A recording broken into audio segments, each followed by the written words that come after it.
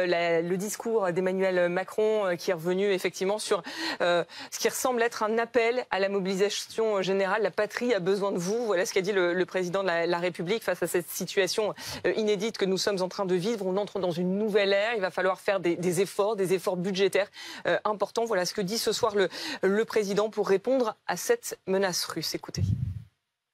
La menace russe est là et touche les pays d'Europe. Nous touche. La Russie a déjà fait du conflit ukrainien un conflit mondial. Elle a mobilisé sur notre continent des soldats nord-coréens, des équipements iraniens, tout en aidant ces pays à s'armer davantage. La Russie tente de manipuler nos opinions avec des mensonges diffusés sur les réseaux sociaux. Et au fond, elle teste nos limites. Elle le fait dans les airs, en mer, dans l'espace et derrière nos écrans. Cette agressivité ne semble pas connaître de frontières. La Russie est devenue, au moment où je vous parle et pour les années à venir, une menace pour la France et pour l'Europe. Je salue ceux qui viennent de nous rejoindre sur ce plateau. Bonsoir Hervé Morin, ancien ministre de la Défense et président du parti Les Centristes. Bienvenue. On est avec Christophe Gomard aussi, général Christophe Gomard, ancien directeur du renseignement militaire et député européen LR. Bienvenue à vous. Merci. Et avec Cédric Masse, historien militaire, spécialiste des questions de défense. Mais c'est avec vous, Philippe de Sertine, que je vais commencer. Il y a énormément de questions qui nous parviennent, des Français qui nous regardent. Un, sur le service militaire et deux, sur le pouvoir d'achat, l'impact sur le pouvoir d'achat de la situation qu'on est en train de vivre. À quel genre d'efforts et de sacrifices le président de la République est en train de préparer les esprits, selon vous? C'est une vraie question. On a, vous l'avez dit à plusieurs reprises dans cette soirée, un peu une balance entre une dramatisation très claire. Et d'ailleurs, cette émission spéciale en est un peu la preuve. Et puis, de l'autre côté, cette idée que, en fait, ça change quoi? Et là, à Reims, on avait des personnes qui disaient « mais je ne savais même pas que le président de la République allait parler ». Et il est vrai que lorsque l'on est en train de se demander « ça change quoi ?», immédiatement après, on se dit un coût pour le pays. Et un coût pour moi-même. Et là, lorsque vous dites pouvoir d'achat, bien sûr que la question qui se pose, et d'ailleurs le président de la République probablement y a pensé lui-même en disant il n'y aura pas d'impôt supplémentaire, parce que tout de suite, bien sûr, c'est comme ça qu'on peut le décliner. Il est évident que lorsque nous sommes en train de parler d'un effort de plus en plus important, d'une situation complètement inédite, il y aura des conséquences sur les finances publiques, donc, bien entendu, sur la manière dont les Français vont vivre. Nous ne sommes pas encore aujourd'hui à décliner ces conséquences. Et on a l'impression qu'on voudrait finalement retarder le plus possible cette approche. On l'a vu bien tout à l'heure d'ailleurs quand Raphaël Glucksmann a parlé juste de l'emprunt européen. Ouais. C'est-à-dire en disant surtout, non, il ne s'agit pas de parler ni par exemple de l'âge de la retraite, de choses très concrètes comme ça, de budget que l'on devrait peut-être supprimer dans un champ et augmenter dans l'autre. Nous sommes encore avec quelque chose qui est abstrait. Et évidemment, pour la population française, c'est compliqué de lui dire... Mais pas d'impôt supplémentaire, c'est tenable, selon vous ? Je pense que d'une façon ou d'une autre, nous allons avoir un bouleversement dans nos finances publiques.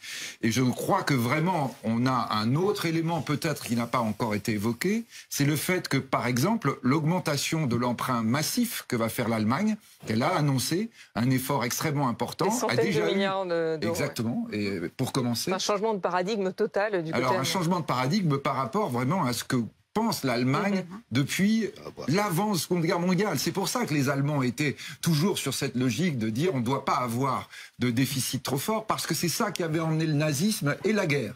Et c'était toujours une obsession pour l'Allemagne. Et donc là, ce changement, ça veut dire quoi? Très concrètement, tout d'un coup, si les Français se demandent quelle va être la conséquence, c'est que les taux d'intérêt allemands se sont mis à augmenter hier. Et quand les taux d'intérêt allemands augmentent, eh bien les taux d'intérêt français suivent.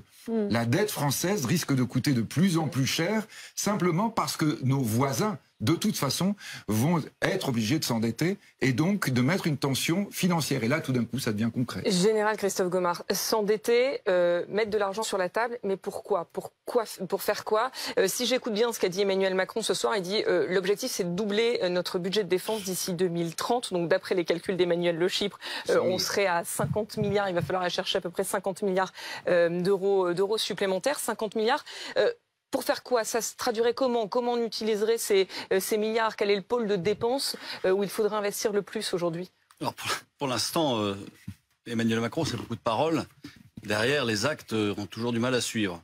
Ensuite, la loi de programmation militaire actuelle, qui doit se terminer en 2030, arrivera en 2030 à 60 milliards d'euros. Donc aujourd'hui, nous sommes en 2025, nous sommes à 50 milliards d'euros dépensés par an. Ce qui est insuffisant, ça sert à faire fonctionner la défense, mais ce qui est insuffisant pour une chose qui nous manque énormément, c'est la masse, les munitions, les chars, les frégates, les avions de chasse.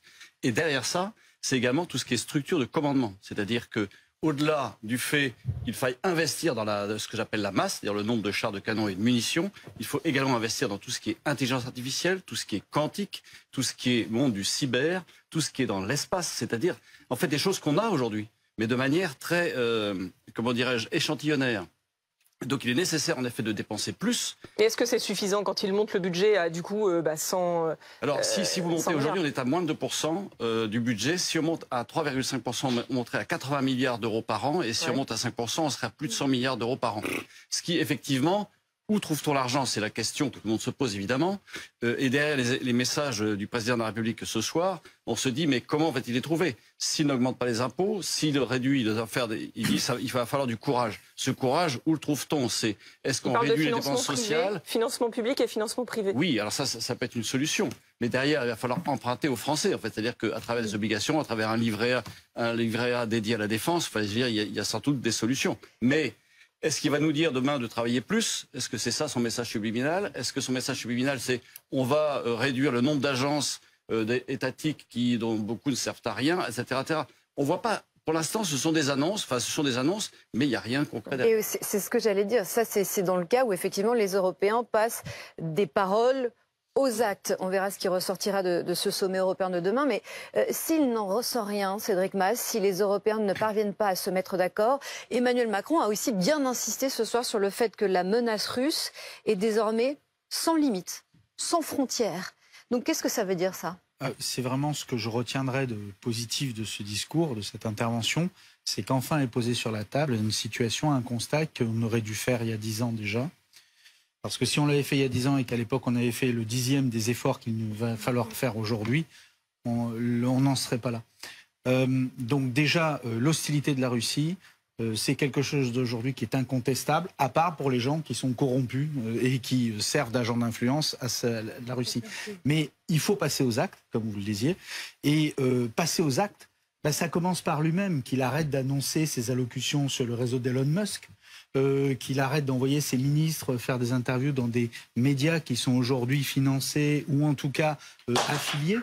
Aujourd'hui encore, on a eu l'ancienne directrice du RT, la chaîne RT France, qui est intervenue sur un média de grand public. Enfin, je veux dire, à partir du moment où on a une nation qui nous fait une hostilité, qui d'ailleurs ne nous permet même pas à nos médias de diffuser auprès de sa population, ça, ce sont des mesures qui ne coûteraient rien et qui changeraient beaucoup la perception et qui permettraient de lutter contre cette influence délétère qui touche au cœur de la démocratie, parce que dans une démocratie, ce sont les opinions publiques et notamment lors des élections qu'elles s'expriment. Et je pense que... Mais sur le terrain militaire, qu'est-ce que ça changerait? J'ai envie de dire, l'aide américaine a été à nouveau suspendue, ce n'est que la 3e fois. Aujourd'hui sur le front, il y a la saison des bouts qui commence, donc les opérations se ralentissent. La progression russe, malgré les efforts qui ont été faits, et ils ont tout mis sur la table quasiment, elle a été très fortement ralentie. Les Ukrainiens se sont préparés à ce découplage américain, en tout cas pour partie. Il faut l'espérer, parce que du côté ukrainien, il y a aussi une certaine naïveté, comme du côté européen, à l'égard de ce revirement de Trump. Mais donc ils peuvent tenir. Écoutez, ils peuvent tenir. Le vrai sujet, moi, c'est moins la question des livraisons d'armes, si les Européens prennent le relais, évidemment. C'est moins la question du renseignement, où là aussi, les Ukrainiens ont mis en place des réseaux de renseignement. En réalité, la coupure des fournitures de renseignement américains, c'est surtout la vie des civils ukrainiens visés par les missiles qui va être en jeu, puisque c'était les dispositifs d'alerte des bombardiers stratégiques qui lançaient des missiles. C'était surtout ça, les renseignements utiles. Mais le vrai sujet, c'est la levée des sanctions. Si Trump lève les sanctions américaines sur la Russie, eh bien l'industrie russe va pouvoir à nouveau se déployer et la Russie ne va pas perdre une partie du budget de sa défense dans le contournement et le surcoût pour acheter des réseaux parallèles de fourniture. Et là, en effet, la situation ukrainienne va être plus compliquée. C'est ça le vrai sujet. Avant de vous entendre, Hervé Morin, j'aimerais quand même avoir votre regard, Général Christophe Gomard, en tant qu'ancien directeur du renseignement militaire. Effectivement, le patron de la CIA aujourd'hui a indiqué que les États-Unis avaient interrompu leur échange de renseignements avec l'Ukraine. quel impact ça a? Est-ce que l'Ukraine peut continuer cette guerre, peut continuer de résister sans le renseignement américain? Résister, oui. Ce renseignement américain était surtout utile pour aller cibler des cibles en Russie directement. Et effectivement, comme disait Cédric Masse à l'instant, pour protéger Kiev, par exemple. Kiev, en fait, reçoit peu de missiles directement sur la ville parce qu'elle est protégée grâce à ce renseignement.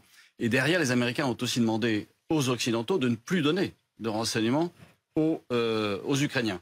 Et en particulier chez les Britanniques, parce que vous savez que les Britanniques, comme les Américains, appartiennent à une coalition qui s'appelle les Five Eyes, qui regroupe 5 pays anglo-saxons, Nouvelle-Zélande, Australie, Canada, Grande-Bretagne et États-Unis. Et le renseignement est totalement partagé entre ces pays. Donc effectivement, les Américains peuvent mettre la pression sur les Britanniques. Or, les Britanniques sont un véritable soutien pour les Ukrainiens aujourd'hui. Donc en fait, il faut voir derrière ce que ça peut donner. Mais oui, c'est un vrai manque, non pas à gagner, mais c'est un vrai manque, en particulier pour la population, comme le disait Cédric Massou. Hervé Morin, est-ce que vous l'avez trouvé à la hauteur, le président de la République? Et est-ce qu'il a raison de dire aux Français, j'ai besoin de vous, vous devez faire preuve de courage? J'ai trouvé le discours sur le fond inutilement inquiétant et excessivement inquiétant. Aller dire que la menace aux frontières, c'est la menace russe, c'est une menace. Voilà ce qu'il a dit sur les interventions russes, sur nos réseaux, etc. Tout ça est juste. De là à dire que les Russes sont aux frontières de la France, pardon, ils sont même pas capables d'écraser les Ukrainiens. Alors, considérer qu'ils seraient capables d'écraser l'ensemble du bloc occidental, ça n'existe pas, cette histoire. La menace russe, elle existe à travers l'arme atomique, notamment l'arme atomique de champ de bataille, puisqu'on dispose. Mais aller dire que les Russes peuvent arriver aux frontières, j'allais dire même de l'Allemagne, tout ça est faux. Et c'est excessivement inquiétant, comme s'ils voulaient dramatiser à des fins quasiment de politique nationale. C'est le sentiment que ça donne. Comme d'aller raconter 100 milliards au budget de la défense. Enfin, je vous rappelle qu'en pleine guerre froide, on n'a jamais mis 5% du PIB dans la défense du pays. Et je vous rappelle qu'on est pas... Mais 100 milliards, c'est pas 5%. Si, c'est moins. 5%. C'est un peu plus, un peu plus. C'est un peu plus. Il a dit c'est ça, doubler d'ici 2030. Donc ça ferait 100 milliards, c'est 50 milliards aujourd'hui. Pas 5. 4, bon, oui, 4,5. Non, mais c'est parce qu'Emmanuel Le Chypre était sur ce qu'on a fait tout à l'heure. Minimiser la menace russe. Donc, un premier point. 2, on le fait pas seul. On le fait avec d'autres puissances et d'autres pays européens, avec notamment les Britanniques, qui sont les seuls à avoir une armée comparable à la nôtre. Et puis, j'allais dire, il parle du Conseil européen. Pardon, mais c'est pas au sein de l'Europe, ça se fait. C'est pas à Ursula von der Leyen d'aborder ces questions. Que l'Europe arrête d'être naïve avec les Chinois, qu'elle nous protège dans nos activités industrielles. Mais est-ce qu'on n'est pas justement en train de sortir de la naïveté européenne en ce moment? Est-ce qu'il n'y a pas un réveil, un sursaut européen? La question, elle n'est pas au sein de l'Union européenne. Elle est dans un dialogue entre des nations qui décident ensemble de s'engager. En quelque sorte, c'est d'abord la coalition de la France et du Royaume-Uni, c'est une espèce d'entente cordiale du XXIe siècle, et avec des pays européens qui décident d'être ensemble. Est-ce que vous minimisez pas comme avant le 22 février ? Faut-il après que ces pays en aient réellement la volonté? Oui. J'attends de voir les Allemands avoir la volonté réelle de s'affirmer comme une puissance intervenant pour assurer la sécurité. Précisément, nous allons à Bruxelles, puisque vous faites référence à l'attitude des Européens. Allons à Bruxelles, nous attend Léopold Debert. Vous allez suivre pour BFM TV, Léopold, ce sommet déterminant, peut-être l'un des plus déterminants de ces 10 dernières années, qui va se tenir demain à Bruxelles. Il sera d'ailleurs en présence de Volodymyr Zelensky. Est-ce qu'on sait ce qu'on peut en attendre? Quels sujets seront sur la table, Léopold? Oui, bonsoir Alice. D'abord, c'est vertigineux évidemment ce qu'on va vivre demain. C'est vraiment un moment de vérité pour les Européens. Regardez par exemple ce qu'a dit il y a quelques minutes le président du Conseil européen, celui qui organise justement cette grande réunion. Il a dit sur les réseaux sociaux que demain, l'Union européenne allait faire face à la mise en place de sa défense la plus importante de son histoire, pour vous montrer effectivement la gravité de ce qui va se passer demain. Un moment de vérité avec cette question au cœur des débats: comment Comment financer évidemment la défense européenne avec ces menaces permanentes de départ des États-Unis, de Donald Trump, de cette protection, ce parapluie de défense aujourd'hui en Europe.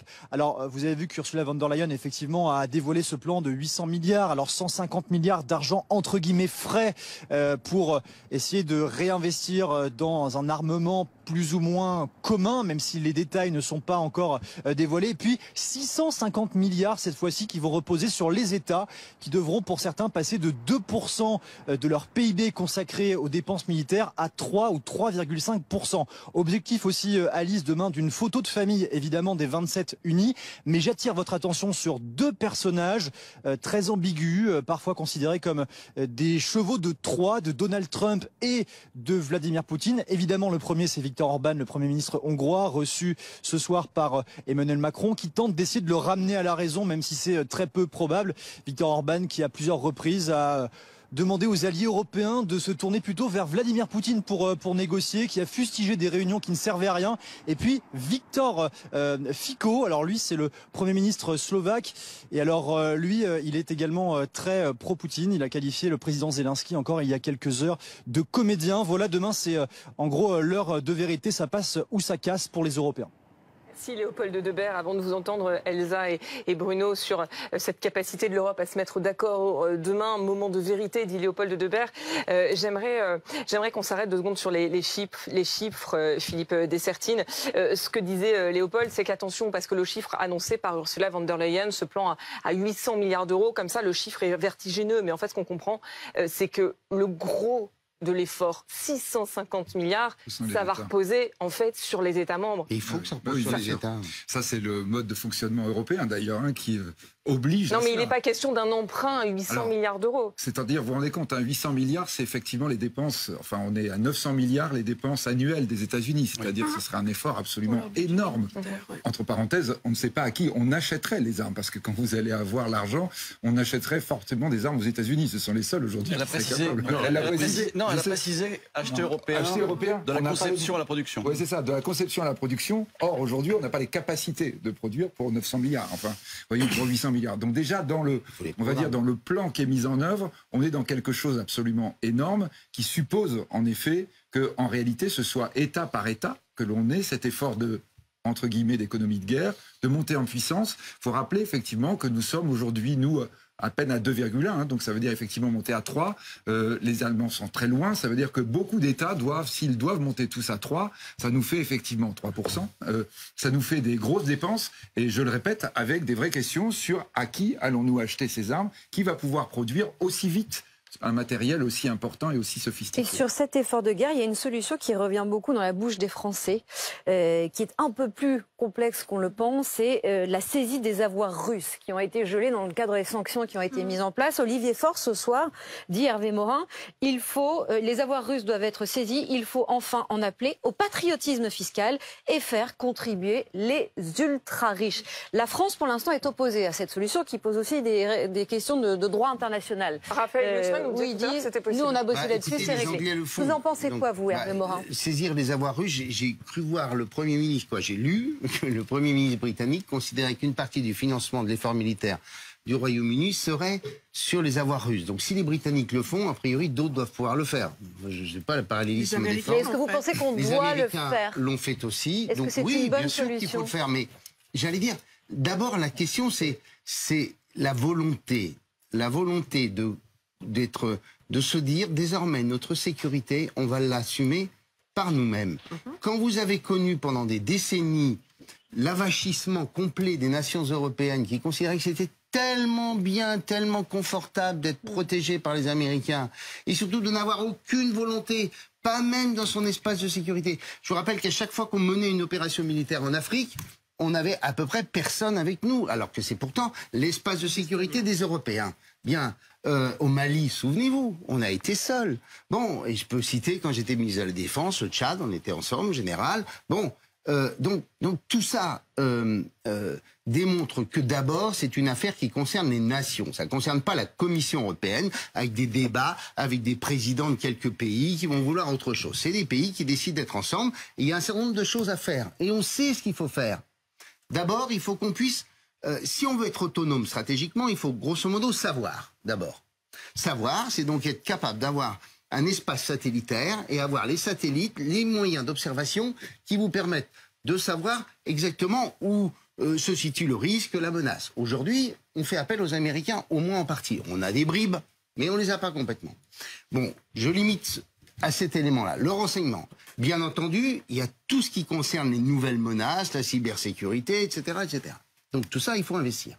Après, on sait qu'il nous faut les moyens de commander des opérations. C'est-à-dire ce que la France demande depuis 20 ans, c'est-à-dire d'un état-major de planification, c'est-à-dire les moyens de ne pas être obligé de faire appel à l'OTAN quand on décide de mener une opération. Ça, c'est un deuxième point. Le troisième, c'est qu'il faut qu'on ait des programmes d'armement commun reposant sur de la recherche et développement européenne. Je vous rappelle que sur toute une série de... Et ça va prendre des années, tout ça, Hervé Morin. Sur nos propres armes, nous avons des briques technologiques où nous sommes obligés de faire appel aux Américains. Si on décide d'être autonome, ça veut dire qu'on discute entre nous. Est-ce qu'on est obligé de faire appel aux Américains? Parce que vous disiez tout à l'heure, on n'a pas la capacité de produire l'équivalent de 800 milliards d'euros. Cédric Mas, je vous voyais réagir tout à l'heure. Est-ce qu'on a la capacité de produire autant d'armement et de remplacer l'armement américain? C'était sur un point juridique, sur la question des avoirs étrangers, puisqu'en fait on mélange un peu beaucoup de choses. Et en réalité, c'est pas une question juridique. Les gens qui vous disent le droit international l'interdit, c'est en réalité qu'ils n'en ont pas la volonté politique. Parce que la Russie, elle, ne s'ennuie pas pour confisquer les avoirs, les foreign assets, que ce soit des entreprises norvégiennes. Mais doit-on prendre exemple sur ce que fait la Russie qui refusent de les échanger à vil prix avec les oligarques de la clique et de la caste poutinienne. Donc voilà, donc ça, or, en droit international, vous avez une règle fondamentale qui est la réciprocité. Donc vous n'avez pas à vous soumettre à des règles si la nation en face ne les respecte pas. C'est une première chose. Ensuite, sur les avoirs, vous avez les avoirs privés des oligarques. Vous avez les avoirs publics de l'État qui, eux, normalement, bénéficient d'un privilège de juridiction sous réserve de cette réciprocité. Et enfin, vous avez le produit de ces avoirs. Et c'est ça qui a été saisi pour l'instant, que ce soit aux États-Unis ou au Royaume-Uni. C'est 300 milliards. Si ça produit 1%, ça fait 3 milliards par an. Oui, c'est les intérêts. C'est les produits de ces avoirs. Mais ça, les Français le savent. Mais ils parlent de cette solution. Même à l'Assemblée nationale, on mélange les choses, très bien, y compris au ministère des Affaires étrangères, pour camoufler une absence de volonté politique. Mais pourquoi les Français parlent souvent de ça? Parce que ce serait aussi, dans un moment où il y a aussi beaucoup de déclarations d'intention, une solution qui paraît concrète et simple. Et c'est 200 milliards. Comme la solution de couper tous les réseaux de propagande et de réactiver un certain nombre d'articles du code pénal qui sont toujours en droit positif contre un certain nombre de personnes qui aujourd'hui prêchent ouvertement la propagande, portent les éléments de langage ouvertement d'une propagande d'un pays qui nous est ouvertement hostile et qui est défini par le président de la République comme une menace aujourd'hui pour notre pays. Donc ça, c'est un premier point. Donc en effet, il y a des mesures très simples. En ce qui concerne après les armements... Alors attendez, juste un petit point avant d'aller sur les armements. Sur les avoirs russes, certains redoutent un mauvais signal qui serait envoyé. Vous dites c'est une question de volonté. Un mauvais signal envoyé aux investisseurs étrangers en disant regardez, si vous placez votre argent chez nous, demain on peut le réquisitionner. Si on a peur de faire du mal à Poutine, c'est pas la peine de faire des déclarations comme celle-ci. Non, ce sont les marchés financiers et les investisseurs que d'aucuns ont peur d'effrayer. Alors c'est assez curieux parce que c'est le discours de la conférence de presse d'un certain nombre d'élus de LFI. Alors je ne savais pas qu'ils étaient si intéressés de ne pas effrayer les investisseurs étrangers riches. Bon, ça c'est un premier point. Surtout, on est en situation où je pense que les marchés financiers vont être effrayés par beaucoup plus de choses. Mettez-vous dans la situation inverse. Si nous avions aidé l'Ukraine non pas simplement à résister, ce qui est encore le champ lexical employé par le président de la République ce soir, mais à vaincre la Russie dès 2022 comme elle le pouvait, combien ça nous aurait coûté par rapport à ce que ça va nous coûter aujourd'hui et où nous en serions aujourd'hui? Le champ des possibles pour l'Europe, pour sa puissance, pour la perpétuation de son niveau de vie, c'est la défaite de la Russie. On n'a plus le choix aujourd'hui. Et on est en train de perdre les États-Unis. Eh bien, il va falloir qu'on le fasse tout seul. En effet, comme le disait Monsieur Mas, en 2022, je pense qu'on n'avait pas évalué le niveau d'agressivité de la Russie. C'est-à-dire qu'on imaginait... En 2022, le discours des politiques, c'était de dire que la Russie était capable d'envahir l'Ukraine. Bruno, c'était pire que ça. C'est que les anciens présidents de la République, j'en ai entendu quelques-uns, expliquaient que de toute façon, on n'y connaissait rien, que Poutine n'envahirait jamais l'Ukraine. Non, mais une fois qu'il a envahi, on ne croyait pas que l'Ukraine résisterait. C'est ça. C'était le discours du moment. Non, c'était le discours. Alors, c'est pas le discours que j'ai tenu dès... Peut-être vous, mais globalement, c'était le discours dominant. Début mars 2022, on savait que c'était allait être une guerre industrielle. Où sont les usines de munitions allemandes, françaises? Combien d'années? On a perdu 3 ans. Voilà, c'est tout. Mais donc aujourd'hui, on n'a pas les capacités de produire? Si, on produit. Bah, non, mais de produire suffisamment.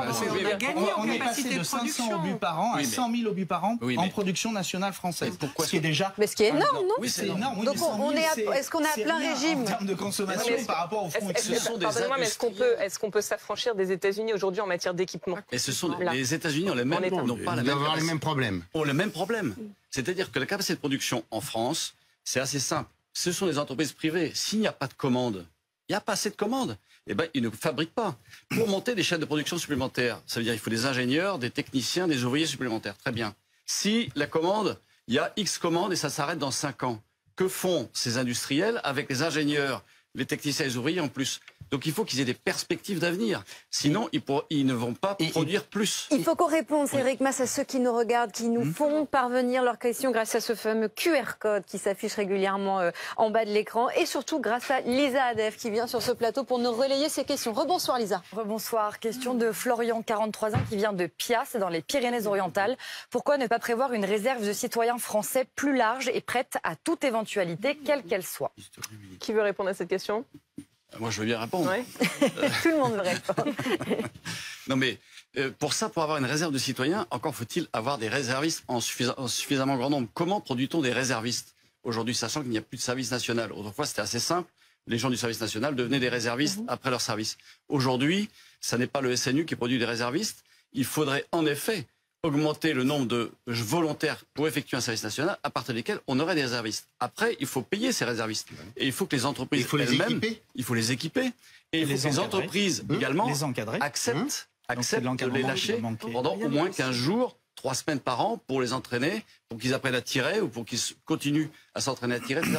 Donc en fait, ça n'est pas si simple que ça. Qui veut peut devenir réserviste? Oui, c'était élargi. Il y a eu une réforme, réserve citoyenne, réserve. Est-ce que c'est pas aussi ça qu'il dit un peu, Emmanuel Macron, ce soir, lorsqu'il dit aux Français je vais avoir besoin de vous, je vais avoir besoin de votre courage? Je sais pas, moi. Déjà, on les loge où, ces réservistes? On a vendu une grande partie des emprises pour rembourser les emprunts. Vous savez, une économie de guerre, c'est déjà pas passé de 2 à 3 points de PIB. Et c'est surtout cesser de mettre le ministère des Armées sous la défense, sous les ordres du ministère des Finances. En 14-18, il n'y avait pas d'inspecteur de finances aux armées. Il y en avait 2 qui sont partis en maladie parce que personne ne les écoutait. Il y avait des contrôleurs des dépenses. Il y avait, évidemment, il y avait très peu. Il y avait des contrôles qualité et des contrôles de dépenses. Mais tant que vous avez une logique comptable et de petits boutiquiers, or le président nous a dit il faut jeter aux orties nos vieilles habitudes, et tout de suite après il nous dit il faut pas augmenter les impôts. Moi je ne sais pas comment financer un effort de guerre sans augmenter les impôts, ça n'a jamais existé nulle part depuis que la guerre existe, et donc depuis que la civilisation humaine. Donc on y viendra, c'est ce que vous dites? C'est-à-dire on y viendra? Une augmentation des impôts d'une manière ou d'une autre. C'est quoi qu'il en coûte? Je veux dire, la France en 14-18 a été l'un des pays qui a financé son effort de guerre avec le plus de dettes et le moins d'impôts par rapport au Royaume-Uni, aux États-Unis, pays anticapitaliste bien connu dès 1914. Donc, je veux dire, et ça nous a mis dans une difficulté très grave toutes les années 20, puisqu'on n'a pas pu s'en sortir par rapport à d'autres pays. À cause de ce choix de ne pas trop... Mais alors attendez, juste très rapidement, Philippe Dessertine, on peut y arriver, on peut faire cet effort de guerre sans augmenter les impôts, ou ça vous paraît impossible? Là, quand vous dites effort de guerre, on est d'accord, c'est l'effort de la nation. Et c'est d'ailleurs toute l'ambiguïté d'aujourd'hui. C'est-à-dire que tout le monde dit ah oui, c'est que ça, d'accord, d'accord, il faut qu'on fasse une réserve. Mais non, c'est beaucoup plus important que ça. C'est effectivement la nation qui doit mettre sa richesse. Et sa richesse, vous pouvez l'appeler impôt, vous pouvez l'appeler par tout ce que vous voulez, l'épargne que vous mobilisez. Quand on dit l'épargne, elle sert à autre chose aujourd'hui. Si l'épargne, elle n'est pas coincée sous un lit ou sous une cheminée. Ça veut dire que vous allez prendre de l'épargne quelque part et vous allez la mettre ailleurs. Ouais. Donc ça veut dire effectivement que c'est la nation qui fait un effort violent, important. Attendez, juste c'est important ce que vous dites. Avec quel calendrier? On parle de mois? On parle d'années. Année. Là, la question de l'année se pose. Attendons de voir si le discours va être suivi d'actes. Oui. C'est vraiment le 1, parce que si ça se trouve, on est juste en effet dans un discours de diversion de politique intérieure, ce qui serait bien dommage, parce que le constat sur la menace russe, il est réel, et il était temps qu'on nous le fassions. On a sur la menace russe, mais aussi sur les États-Unis. Vous y avez en partie répondu, mais on va pouvoir y répondre de façon un peu plus concrète. Brice, 33 ans, des Alpes-Maritimes. J'ai 33 ans. Puis-je encore m'engager, justement, comme réserviste de l'armée, pour défendre, dit-il, la France, l'Europe ou l'Ukraine? Vous avez notamment la réserve spécialiste où il n'y a pas les conditions physiques. Ça m'intéresse à titre personnel, d'ailleurs, parce que les conditions physiques, ça fait longtemps que je ne les aurais plus remplies. Mais en revanche, en matière de spécialité, par exemple, un juriste, il n'y a pas une limite un d'âge? informaticien. Si, il y a une limite Il doit y d'âge. avoir des limites d'âge. Alors attendez, c'est quoi la limite d'âge? C'est 45, 50 ans? Tout dépend. Oui. Alors, après, ça dépend. Si c'est spécialiste, si c'est combattant ou pas, quoi. Oui. Combattant, on a besoin de... Alors attendez, soyons précis. Si c'est spécialiste, c'est combien la limite d'âge? Alors, je ne connais pas exactement, très sincèrement, mais c'est aux environs de 60 ans. Les militaires sont mis à la retraite à 59 ans. Les militaires d'active. Donc, c'est plus jeune que 59 ans. Une autre question, Lisa. Noé, 27 ans, de Mantes-la-Jolie dans les Yvelines. J'aimerais savoir quels sont les intérêts des Européens à vouloir aider à tout prix l'Ukraine, de la bonne volonté, ou cela reflète un intérêt particulier pour eux. Elsa. Je veux bien y aller. Alors, effectivement, ça peut ne pas sauter aux yeux de prime abord, mais l'Ukraine a fait un choix, en fait, parmi les anciens pays issus du bloc soviétique. Elle fait partie de ceux qui, après avoir recouvré leur indépendance, ont fait le choix, de plus en plus, de se rapprocher d'un chemin d'intégration ou de chercher l'intégration avec l'Union européenne. Et à partir de 2013, ce choix a été mal reçu du côté russe. C'est le droit des gouvernants russes de juger que c'est une perte d'influence pour eux. Mais ils ont enclenché des mesures de rétorsion qui ont abouti à l'annexion de la Crimée, puis le début de la guerre du Donbass, et en 22, ce qu'on appelle, dans le jargon russe, enfin des russophones plutôt, l'offensive de grande ampleur. C'est parce que quand les gens vous disent que ça fait 10 ans que cette guerre existe, c'est en ayant ça à l'esprit. Et d'une part, Vladimir Poutine ne veut pas de l'entrée de l'Ukraine dans l'OTAN, c'est une alliance militaire, soit, mais il ne veut pas de l'entrée de l'Ukraine dans l'UE non plus. Et il y a une raison à ça, c'est que la Russie, pour le moment, bon, comme vous le savez, c'est pas une démocratie, et elle ne souhaite pas montrer que les anciens pays du bloc soviétique peuvent évoluer vers un mode de gestion démocratique, parce que ça voudrait dire que d'autres sont susceptibles de s'éloigner de cette influence. Et c'est pour ça que, aujourd'hui, qui plus est parce que nous avons soutenu intensément l'Ukraine, nous sommes considérés par les Russes comme partie prenante de cette guerre, je ne dis pas co-belligérant, mais partie prenante de cette guerre, que nos intérêts sont liés. L'Ukraine a commencé un chemin vers l'UE aussi officiellement. Donc c'est à la fois un modèle démocratique que nous avons en commun avec l'Ukraine qui nous associe, et c'est aussi le fait que nous soyons une démocratie qui refuse de céder à des coups de butoir d'un mode de gestion tout à fait différent. Et ce qu'évoquait le président de la République dans son discours, c'est effectivement quelque chose qui n'est pas une guerre conventionnelle pour le moment avec la France, mais c'est un continuum d'agressivité qui dure depuis des années et qui va en s'accroissant avec des actions de déstabilisation, notamment sur le territoire français. Lisa, une autre question. Une dernière question, celle de Manon de Nice. La France va-t-elle s'endetter davantage pour aider l'Ukraine ? Oui. A priori, oui. La vraie question qui va se poser, c'est à quel prix, quels vont être les taux d'intérêt. Et ça, évidemment, ce qu'on disait tout à l'heure, ça aura des conséquences sur notre budget immédiat. Et donc là, c'est probablement des questions qui vont se poser très très vite. Et le budget de l'année prochaine sera un budget probablement compliqué d'un point de vue financier. Merci Lisa, merci beaucoup. Dernière question avant de revenir sur ce qui a été annoncé. On a peu parlé finalement, Bruno Jeudi, de la manière dont Emmanuel Macron va essayer de défendre son initiative mise en place avec les Britanniques pour ramener un cessez-le-feu en Ukraine, et la manière surtout dont il va essayer d'en parler avec Donald Trump. Il a assez peu parlé du président américain, de ce qui s'est passé quand même il y a une semaine dans le bureau ovale. Oui, globalement, il a peu parlé du président américain. Il a laissé cette séquence derrière lui et il a voulu plutôt d'abord exposer, comprendre l'inquiétude des Français, la justifier. C'est toute la première partie de son propos, quitte même peut-être j'allais dire, la surestimer. Bon, c'est vrai qu'il a sorti son graphique sur ce que serait l'armée russe en 2030. en tous les cas, lui, il a plutôt accompagné l'inquiétude des Français et il n'a pas cherché à la diminuer. Ensuite, il a plutôt, j'allais dire, il a exposé comment l'Europe pouvait se défendre face à la menace russe, puisqu'il dit la menace russe est là. C'est le point de départ de son propos. Et toute la suite de son propos, c'était ça. C'était comment l'Europe peut se défendre face à la Russie. Il n'est pas rentré dans le détail de ce fameux plan de cessez-le-feu. D'ailleurs, il n'y a pas totalement accord, j'ai l'impression, avec les Anglais. En tous les cas, il y a eu un peu de trêve d'un mois. Oui, il y a eu un peu. J'allais dire, soit il est allé trop vite, soit le plan n'est pas totalement arrêté. C'était un peu fou. Il est passé rapidement. Mais moi, je trouve que ce qui était très marquant, c'était le ton grave et très patriotique de son intervention.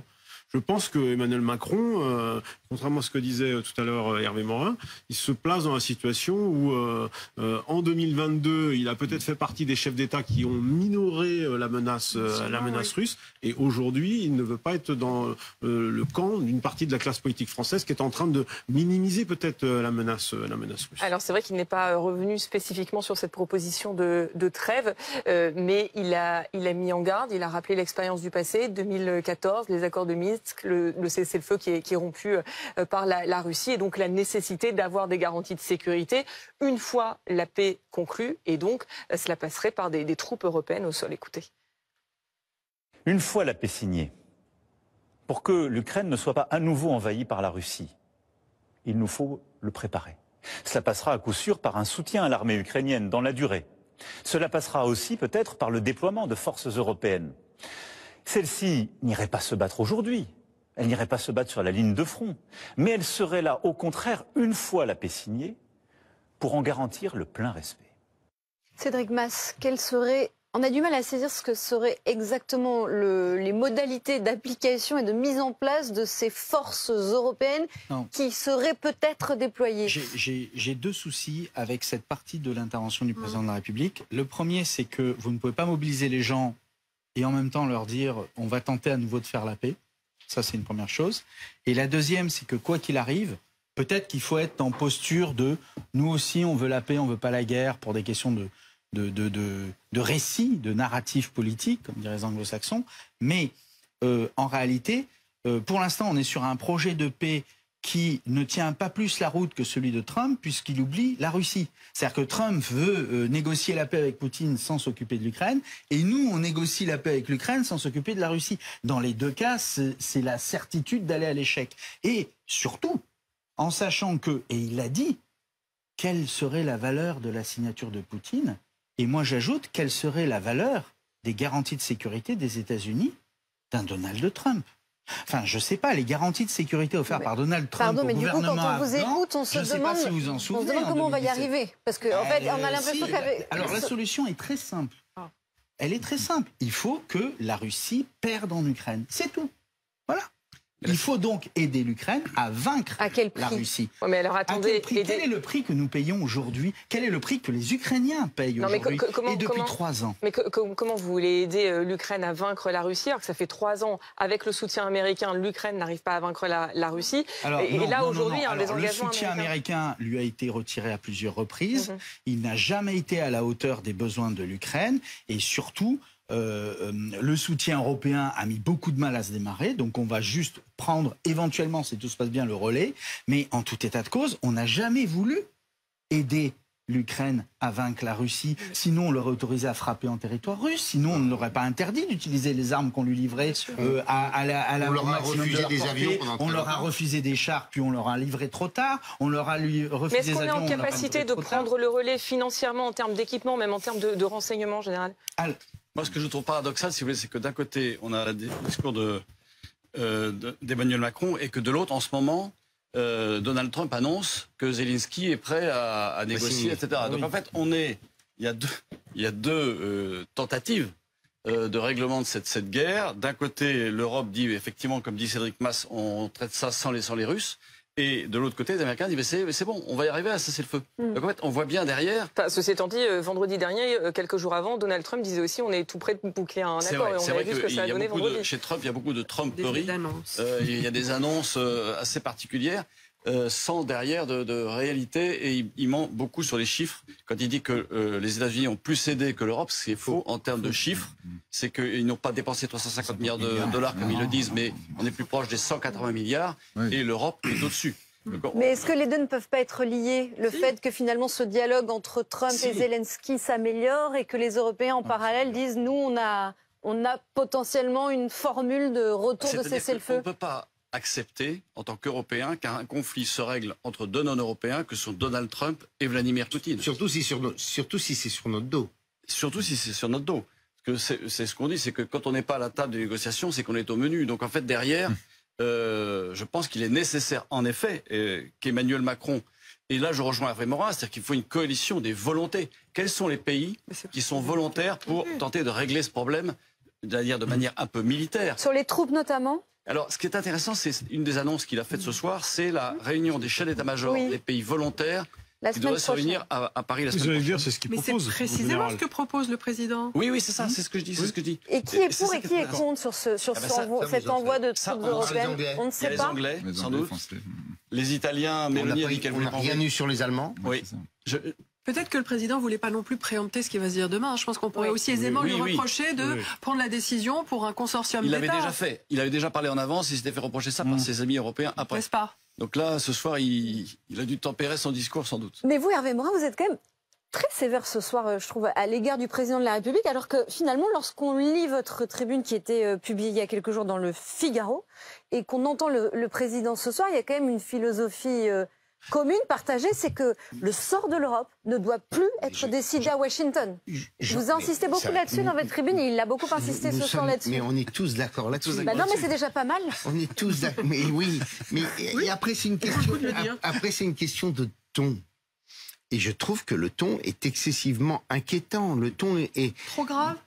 Pas mais vous avez envie de dire que c'est grave, donc c'est bien. Non, moi je dis que c'est inquiétant. C'est trop grave. Je dis que c'est inquiétant. C'est à combien de morts que ça sert? Et voilà, la menace, on a besoin de vous. C'est à combien de manipulations d'élections? C'est à combien de filières de clandestins si vous voulez que je vous pour dise... déstabiliser les sociétés et financer ensuite les partis d'extrême droite contre une immigration qui passe par le Bélarus avec l'accord et l'appui des filières russes? D'accord. Voilà. Donc je veux dire, c'est-à-dire qu'on nous fait rentrer des faits, parce qu'on parlait des intérêts tout à l'heure. Très concrètement aujourd'hui, ils font passer des clandestins, donc des immigrés clandestins, par l'Est. En leur donnant les moyens de fracturer les frontières polonaises, etc. Et derrière, ils financent les partis d'extrême droite contre l'immigration sauvage. Enfin, je veux dire, c'est à quel niveau que ça devient grave? C'est ça la question. C'est à partir de quand? Mais mettez les mots. Est-ce que la guerre aujourd'hui, est-ce que la Russie aujourd'hui est en guerre contre nous, Français? Mais ils font la guerre à l'Occident global. Vous croyez que quand ils ont envahi, quand Poutine envahit l'Ukraine, il fait pas la guerre à l'Ukraine. L'Ukraine n'existe pas pour lui. Il n'a même pas le droit d'exister. En revanche, il fait la guerre à l'Occident global, aux valeurs qui valorisent la différence, etc. C'est heureusement qu'on a envahi l'Ukraine, sinon on aurait des gay pride partout en Russie. C'est ce qu'ils se disent en Russie. Hein. Quand vous parlez avec des gens qui viennent de Russie, c'est ce que disent les Russes en disant heureusement qu'on n'a pas ça. Ils nous font la guerre déjà aujourd'hui. Or la guerre, vous savez, c'est comme le divorce. C'est-à-dire que si un des deux la veut, l'autre, il peut être dans le déni, il l'aura quand même. Et sur les cyberattaques, juste sur les cyberattaques et la menace protéiforme, dont la France a quand même beaucoup parlé ces derniers mois. On en parle moins en ce moment vu la situation et vu la bascule. Mais est-ce que cette menace est toujours aussi élevée? Comment elle se manifeste? Mais ils ont même tué des opposants politiques en France, où ils ont utilisé la France comme base pour des opérations en Angleterre, en Espagne. Oui, mais nous on servait de base arrière. En Haute-Savoie aussi, il y a eu des bases du Gré. Donc je veux dire, qu'est-ce qu'il nous faut de plus? Voilà, c'est ça. La vraie question, c'est à partir de quand ça devient grave, à partir de quand donc vous n'êtes pas d'accord? Sont touchés sans pour autant qu'on puisse agiter la dissuasion nucléaire. Parce que notre vrai souci, c'est que nous manquons de dissuasion conventionnelle. Donc la masse. Donc, l'obligation de se réarmer, ne serait-ce que pour peser, sans nécessairement avoir à sortir quelque chose qui ne va pas être cru parce que on ne sera pas envahi. Hervé Morin, vous la voyez pas, cette guerre qui est menée par la Russie contre nous? Je termine ce que j'ai pas pu dire tout à l'heure, c'est que ce que je souhaite, c'est un président qui ait une détermination et une volonté sereine, sans provocation. Biden était peut-être au bout de la course. mais il n'empêche qu'il a géré la crise ukrainienne avec ses... Ben si, c'est mon point de vue. Ben voilà. Oui, c'est votre point de vue. J'ai le droit de considérer qu'il n'a pas été dans la provocation, qu'on n'est pas allé vers une crise mondiale et qu'il a su, globalement, assurer, faire en sorte que les Ukrainiens ne soient pas enfoncés en quelques jours. Bon, très bien, ou en quelques semaines. Voilà. Et avec Emmanuel Macron, je suis pas tranquille. C'est tout, c'est aussi simple que ça. Et je peux vous dire que je suis pas le seul Français à ne pas être totalement tranquille. Je préfère un chef de l'État. Je suis d'accord avec vous, dans le sens où il faut que ce discours soit suivi d'actes. Sinon, ça sera qu'une diversion de politique intérieure. On est tout à fait d'accord. Il faut des actes derrière pour ne pas renforcer le sentiment, notamment aux côtés des dirigeants russes. Et je veux vraiment faire la différence entre la Russie et les dirigeants russes. On ne parle pas de la même chose. Les Russes ne sont pas consultés sur la politique que mènent leurs dirigeants. Donc, si nous continuons à avoir des discours offensifs et des actes en dessous de ceci, nous continuerons à encourager les dirigeants russes à mener la politique de leur choix, une politique d'agression. Mais néanmoins, sur la question de la dangerosité de la Russie, je pense que je rejoins complètement Cédric Masse sur une chose qui nous a fait défaut, tant aux Américains qu'aux Européens. Nous n'avons jamais osé formuler, et peut-être que le Conseil de demain nous permettra de créer un espace pour ceci, notre objectif dans cette guerre. L'objectif implicite était de donner du temps à l'Ukraine pour pouvoir retenir, contrer l'agression russe. Nous n'avons jamais dit que nous voulions une victoire ukrainienne. Est-ce qu'on doit changer d'objectif, comme disait Cédric Masse? En tout cas, le débat doit se poser, parce que souvent, on nous a opposé un risque d'effondrement de la Russie qui serait plus grave qu'un risque lié à la victoire de la Russie. Et aujourd'hui, il faut se poser cette question. Maintenant que nous sommes libérés du poids américain, pas de l'armement américain, parce qu'on ne peut pas le faire en claquement de doigts, mais en tout cas, les États-Unis, qu'on le veuille ou non, ont choisi de déserter, sans notre péjorative, en tout cas de sortir de l'équation, ils nous mettent devant, et c'est à nous de la gérer. Donc maintenant, nous pouvons nous emparer de cette question. Voulons-nous, oui ou non, que l'Ukraine gagne cette guerre? Si nous ne le voulons pas, ça ne sert à rien de continuer d'engager des moyens. Ce qui serait intéressant de savoir, c'est aussi exactement ce que se disent Trump et Poutine. Et ça, j'imagine que les chefs d'État et de gouvernement, au moins quelques-uns le savent. Mais on ne sait pas quelle est l'étendue de leur accord. Non. Personne ne le sait. C'est vrai que l'objectif de guerre, l'objectif dans une guerre, c'est quel est l'objectif de la guerre? C'est quoi la stratégie? Et l'Europe n'avait pas de stratégie, aucun objectif. Là, l'objectif américain, il est de désengager, de séparer la Russie de la Chine. Entre autres. Entre autres. Enfin, c'est un des objectifs. Et de diviser l'Europe. Pour Trump, il y a un seul sujet, c'est la Chine. Donc il faut se débarrasser du problème russe. Les États-Unis, comme la Russie, ont toujours cherché à diviser l'Europe. Ça n'était dans l'intérêt ni de la Russie ni des États-Unis. Et en cela, ils ont toujours été alliés de voir une Europe se former de manière unie. C'est pour ça que je m'étonne qu'on ne saisisse pas que le moment européen, c'est maintenant, parce que nous sommes libérés des États-Unis. On ne peut pas passer 40 ans à se dire, mon Dieu, les États-Unis nous oppriment et font de nous des vassaux, et quand ils se retirent, dire, non, j'irai pas parce qu'on n'a pas pu le faire avant. Je résumerai ça, en disant qu'il faut que l'Europe reprenne son destin en main. Non, mais moi, c'est pas... En général, je suis pas d'accord avec vous. Moi, je souhaite... Ah non, mais attendez. Il y a quelque chose, quand on parle d'Europe, est-ce qu'on parle de l'Europe, institution européenne, Union européenne, ou on parle de nations européennes? Moi, je parle des... Non. C'est toujours parce que les gens comprennent. Moi, non, ça ne tue pas. Byzance est mort à cause de ce type de débat. Eh bien, pardon, moi, la sécurité de mon pays, je souhaite qu'elle reste dans les mains des dirigeants de mon pays. Je ne laisserai pas la sécurité, ma sécurité, dans les mains des Allemands, des Danois ou des je ne sais. Moi aussi, à la défense. Est-ce que vous êtes prêt à payer les impôts à ce niveau-là? On va parler d'un autre... En tout cas, on a quand même entendu là tout. L'Europe au pied du mur, c'est maintenant ou jamais, l'Europe et le réveil. Je me mets à la place de ceux qui nous regardent, Bruno Jeudi. Il y a quand même intérêt à ce qu'il y ait des choses qui ressortent de ce sommet européen de demain, parce que l'enjeu est énorme. Pour les dirigeants européens et pour Emmanuel Macron. D'abord, on va faire le tri parmi les 27. Ceux qui vont vouloir s'engager vraiment sur une défense européenne, sur une sécurité européenne. Après, effectivement, le président l'a redit ce soir, parce qu'il y a quand même toute une partie de la classe politique qui croit qu'on va partager le bouton nucléaire. Ça n'a jamais été ni de près ni de loin au menu. Bien sûr. Emmanuel Macron l'a redit ce soir, ça avait été redit à plusieurs reprises, mais c'est pas grave, ça fait partie des choses qui tournent dans le débat. Donc on va faire déjà le tri. On sait déjà qu'il y a 2 pays qui de toute façon ne font pas partie de cette affaire, la Hongrie, la Slovaquie. Il y en a 2 ou 3 autres qui ont encore incertitude, notamment l'Italie, c'est quand même pas un petit pays. Et il y a quand même, grosso modo, on le voit bien depuis la réunion de Londres et la réunion de Paris précédemment, une espèce de conseil de sécurité européen informel qui se met en place, à tel point que même à Londres, il y avait au moins un pays, voire 2 extérieurs à l'Europe, qui étaient la Turquie, notamment le Canada, et puis après, et les Turcs. Et c'est l'OTAN. Et la Turquie, je suis désolée de le rappeler, c'est la 2e armée de l'OTAN. Demain, on fait le tri. Donc ça, on fait déjà le tri. Et c'est quand même très important de savoir qui... Demain, il y a le Royaume-Uni ou pas? Non, demain, ce sont les 27. C'est c'est pour ça que je dis qu'il y a déjà quelque chose qui va pas. Au moins, on fait le tri. Ensuite... mission a été donnée à la Commission de réfléchir au mode du financement du réarmement massif. Mais alors donc là, demain, on en saura un peu plus, puisque Mme von der Leyen va devoir plancher devant les 27 pour proposer ses solutions pour ce réarmement. Est-ce que Bruno, pardonnez-moi juste une précision. Bruno, on sait que ce soir, Emmanuel Macron rencontrait Viktor Orban, le Premier ministre hongrois, qui est très proche de Donald Trump.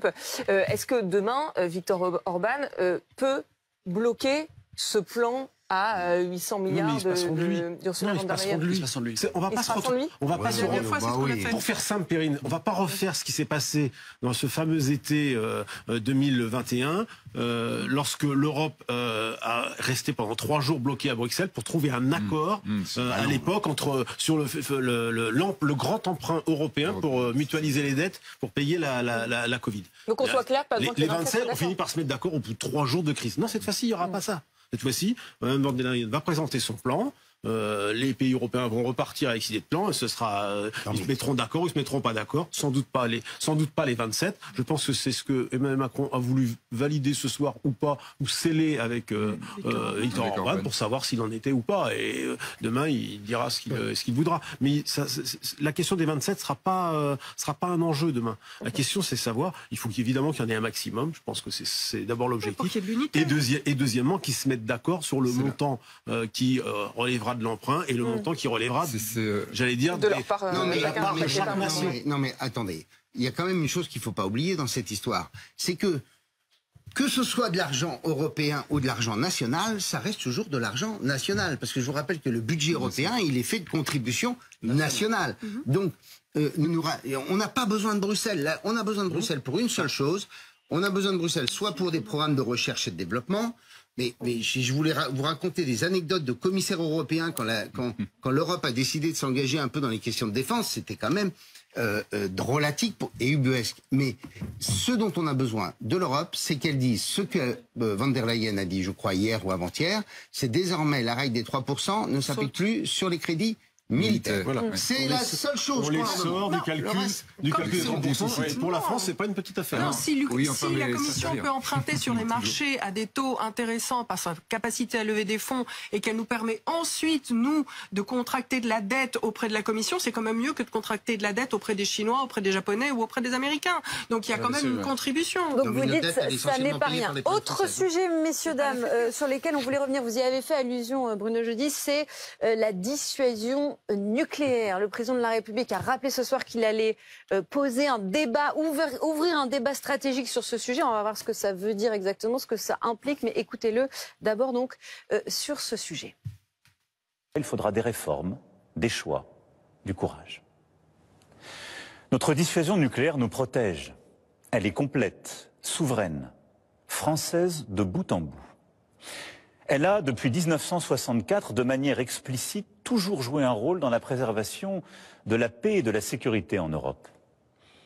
Mais répondant à l'appel historique du futur chancelier allemand, j'ai décidé d'ouvrir le débat stratégique sur la protection par notre dissuasion de nos alliés du continent européen. Quoi qu'il arrive, la décision a toujours été et restera entre les mains du président de la République. Mais qu'est-ce qui change, en fait, Cédric Masse? Parce que ce que dit Emmanuel Macron, c'est que... Non, mais alors attendez, justement, soyons clairs, parce qu'on entend tout et son contraire, en fait, autour de cette dissuasion nucléaire. Ce que dit le président de la République, c'est que la doctrine, elle ne change pas, que nos intérêts vitaux ne se sont jamais arrêtés à nos frontières.